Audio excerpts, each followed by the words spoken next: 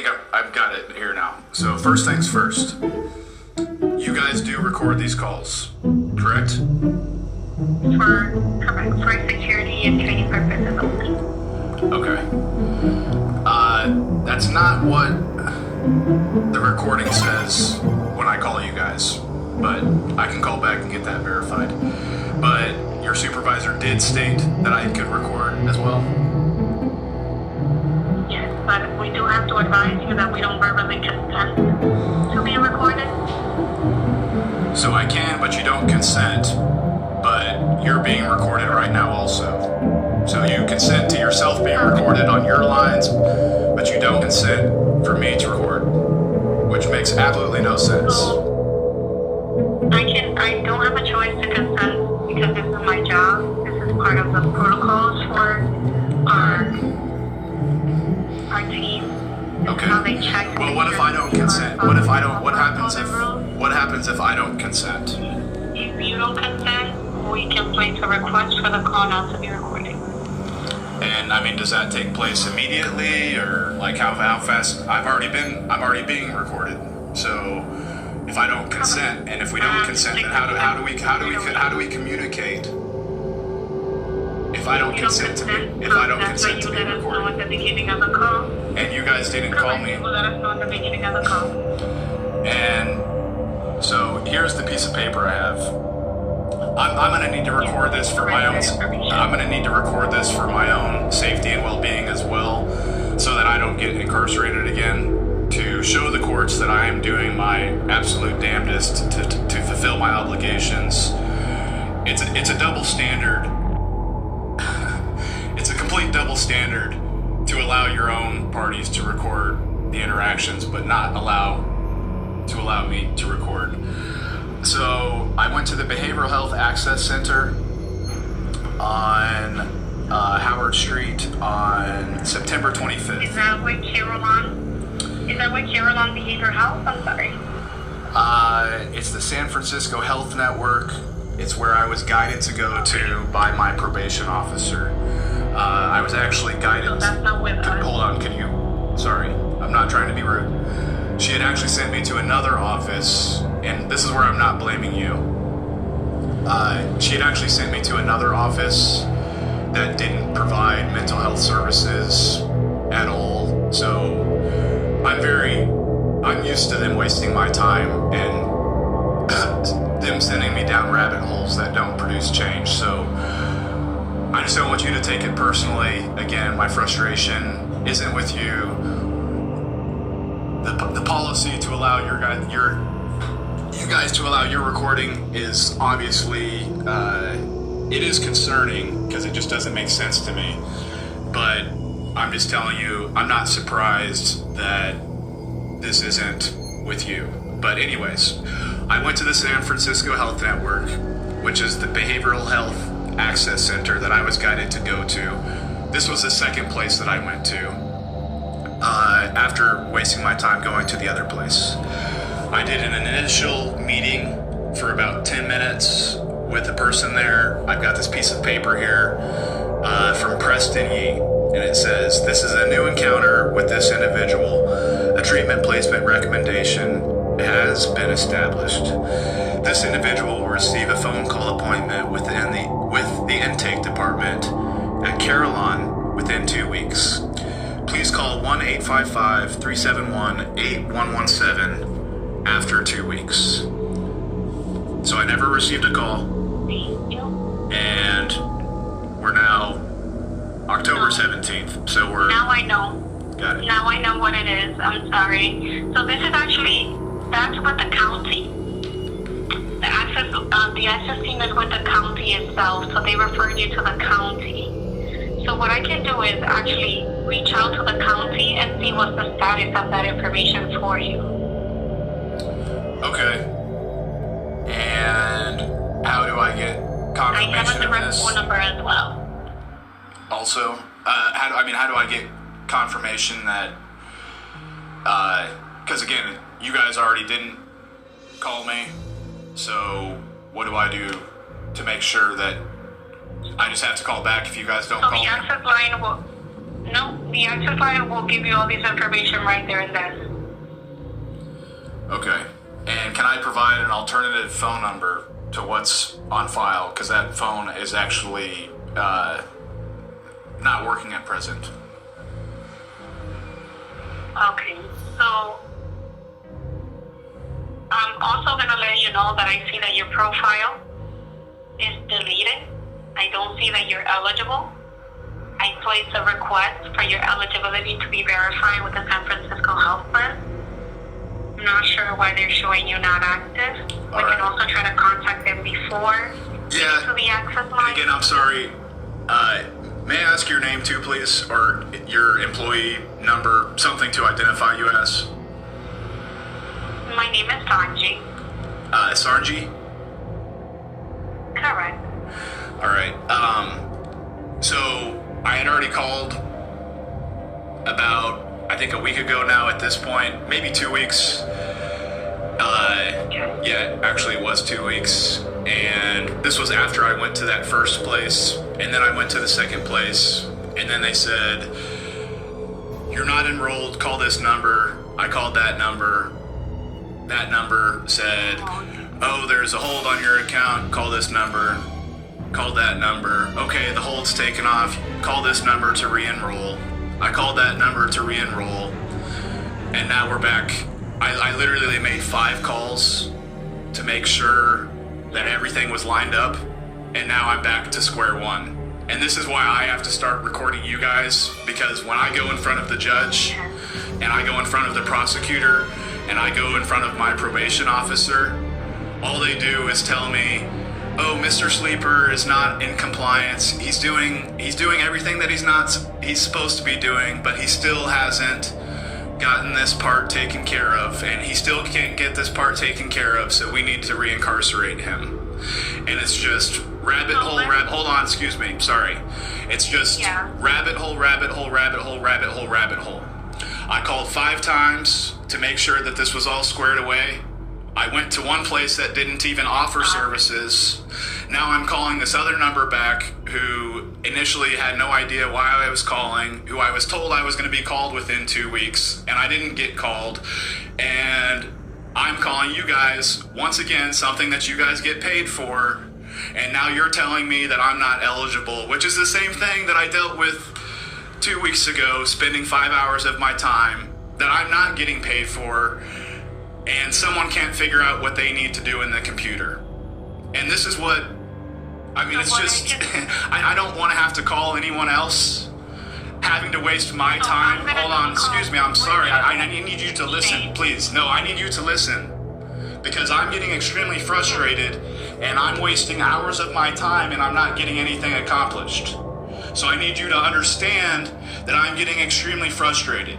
I'm doing my best to remain polite with you, but I also need you to continue to listen.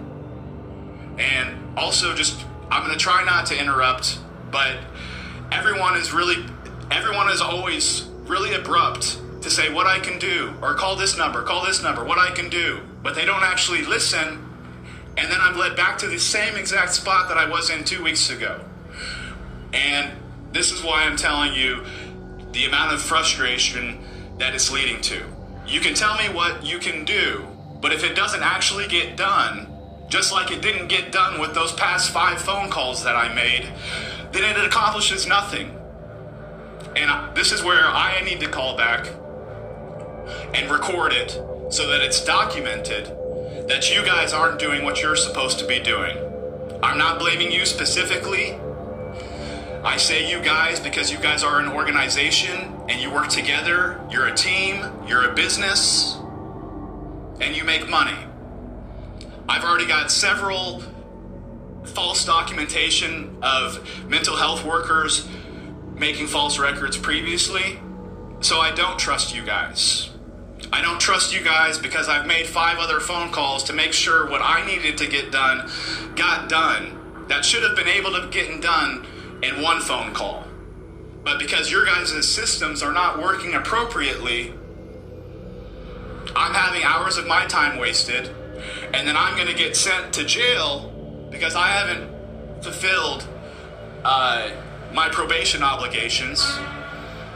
And the system can profit $35,000 a year, or it costs $35,000 a year to keep me incarcerated, which is more money than I've ever made free in the free world. But you guys can't provide the services that you're getting paid for. Excuse me while this fire truck drives by.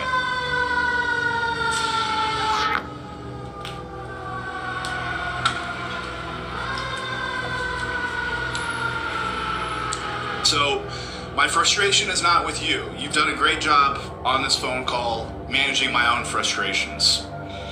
But I need to fully address my frustrations, because it is concerning to me that how quickly the system can put me in a box for 24 hours a day, mind you, and then say, oh, we need to get you mental health services.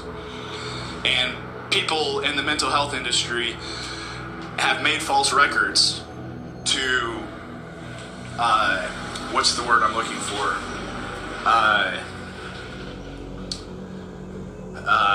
To exploit funding, to say, oh, we saw him on this, we have this many patients, we need this much funding, when I'm not even getting seen. And I don't want to be seen, I don't need to be seen.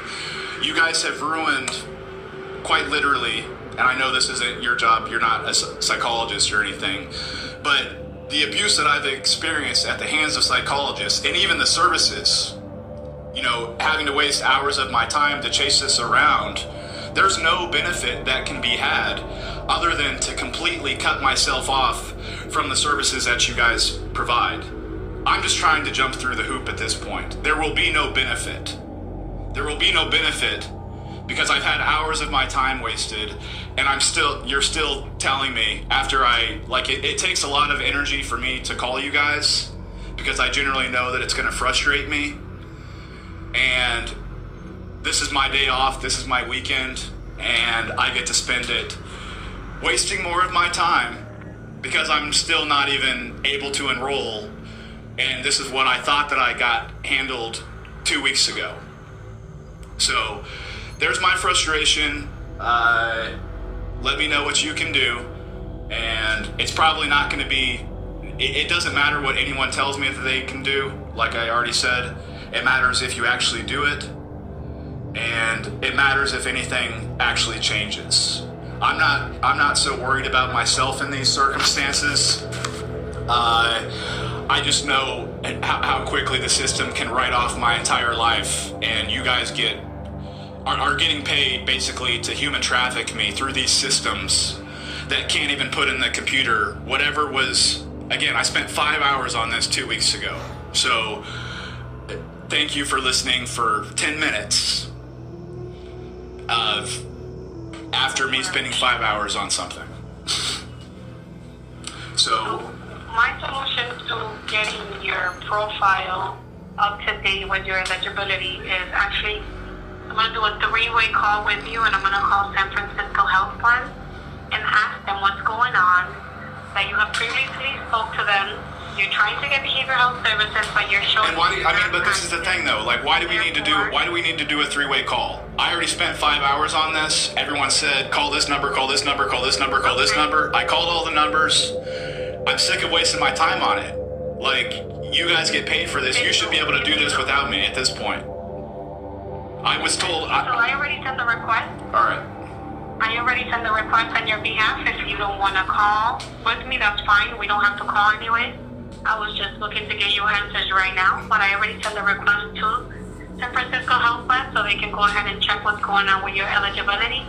The turnaround time that they're telling me is 2 to 4 days. I'm sorry, 2 to 4 business hours. I think it's business days that they mean. Oh, I'm sorry, 2 days. 2 days is what they're saying. So now we just have to allow time for them to review your information along with what you had called them already about, in order for them to make your profile eligible. Without your profile active, they cannot provide you mental health services. Yep. So once that is updated, it seems like we can go ahead and reach out to the county. I'm going to give you the county phone number, which seems like where you went to last time. Yeah, I mean, but again, everyone's just sending me in circles. I'm done going in circles. I mean, I just don't want to call anybody. I don't want to call anybody else. I already called them back, so I don't want to call anyone else. Yeah. And maybe if you guys want to communicate, and then you can call me. And I believe I marked that it was okay to communicate with me via email. And email provides verification of things, since no one likes to be recorded. But I often find that We you guys have don't. access to email here. Okay, of course. So maybe it wasn't with your system, but I'm just saying, like, that's one more thing. You guys don't have access to email. All forms of accountability, you guys prevent. It's the year 2024. We could go and get my phone records, which of course will take hours of my time, and we could go and get the recorded phone call from this, which will take hours of people's time, but there's no accountability of anything. So, at least I've got my own recording that show my own effort. I understand you don't consent, but again, if I didn't consent, then how do we even begin communicating with each other? If I don't consent to being recorded. That you didn't consent. I put it so they can delete it, so they won't even. But you already recorded it though without my consent. So what happens So- is that they get recorded once they come in.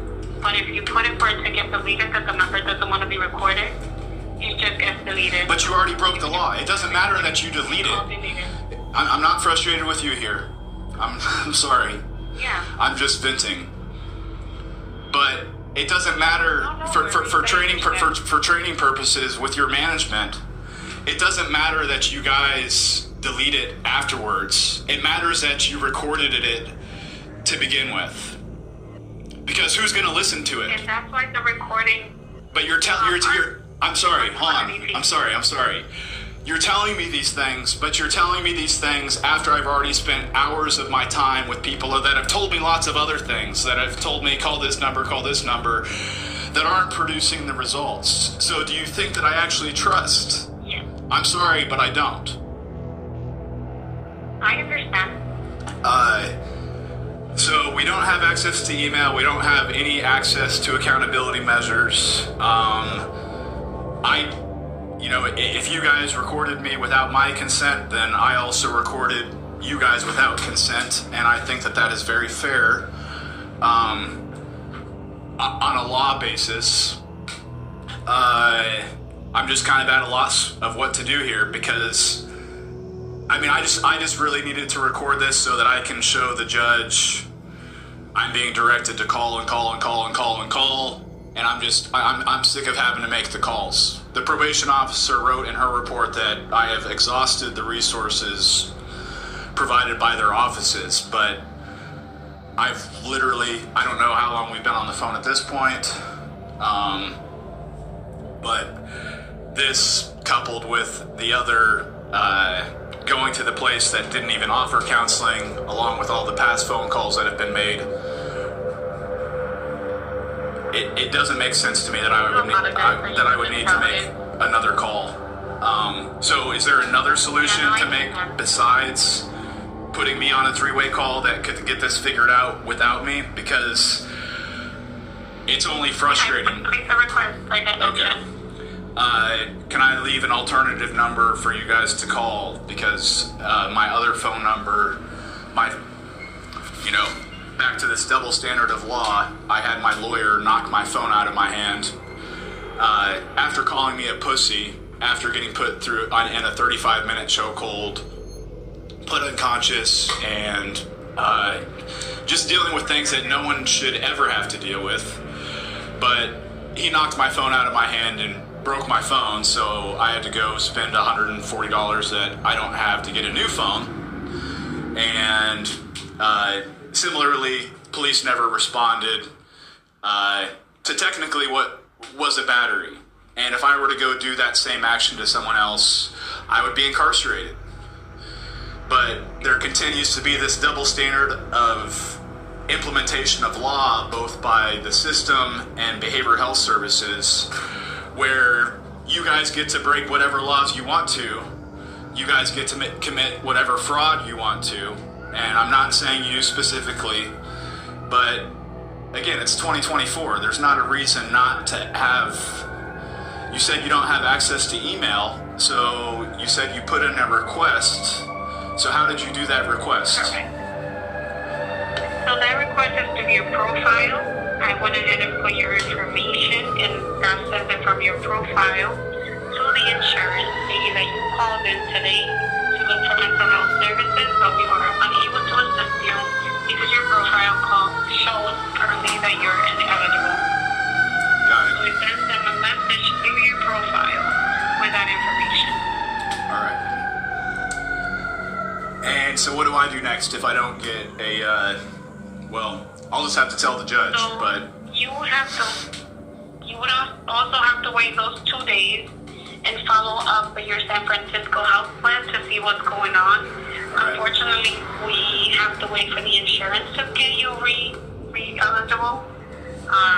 And then you would be able to contact the access line with the county, and then the county can go ahead and provide you the active referrals of where you can go for the services, because they do have to do a screening in order to determine the criteria, and that's how you get placed with a mental health provider. Got it. And I thought that that's what I just did at the other place. So, I'm just not sure. I'm sorry. If it's not with Carolyn, I'm just not sure what their protocols was or where you actually went. I'm not familiar with the facility, but I was thinking it was the county you went to itself. But if they didn't call you back, it must have not been with the county. California is very specific with the plan where you go get services. So I'm just not sure, so I can't relay or decline or deny any information about where you went, because I'm not familiar for a reason where you went. I know you said your provider had to there, but I'm just not sure exactly why they did that. well, I'm not surprised because I've been dealing with this for 10 years. So, I'll just wait for the call and, at least I've got something documented for myself. And like I mentioned, you can give them a call within 2 business days and say to them, to the San Francisco Health Plan, hey, I know I already did this. So, that's where I'm getting frustrated. And I was already eligible. I know, but I was already eligible and enrolled before. I actually went in person to make sure I was enrolled. I have a new card. Like, it's on your guys' end, but again, the system consistently has proven to me that it doesn't work the way that it's supposed to. Well, with this request, I'm hoping that San Francisco Health Plan, because it's not up to us, unfortunately. I know. I'm just telling you that I already did this. So there's no. This is now my 3rd time. You should be able to see it on your file. This is my 3rd time. You should be able to see it on your profile. Yep. And I thought that they were going to be able to see it. That they'll give you a call back. Yep. I cannot guarantee it, but you can certainly contact us. I mean, probably not, because this is my 3rd time going through this eligibility crap. Can I leave an alternative number for them to call again? Because I don't have a phone. I don't have that number. I can't pick up that phone right now because the phone screen is broke. So the one you provided me is not the one you want to get. It's the number that's on my account. 310. Correct. It's the number that's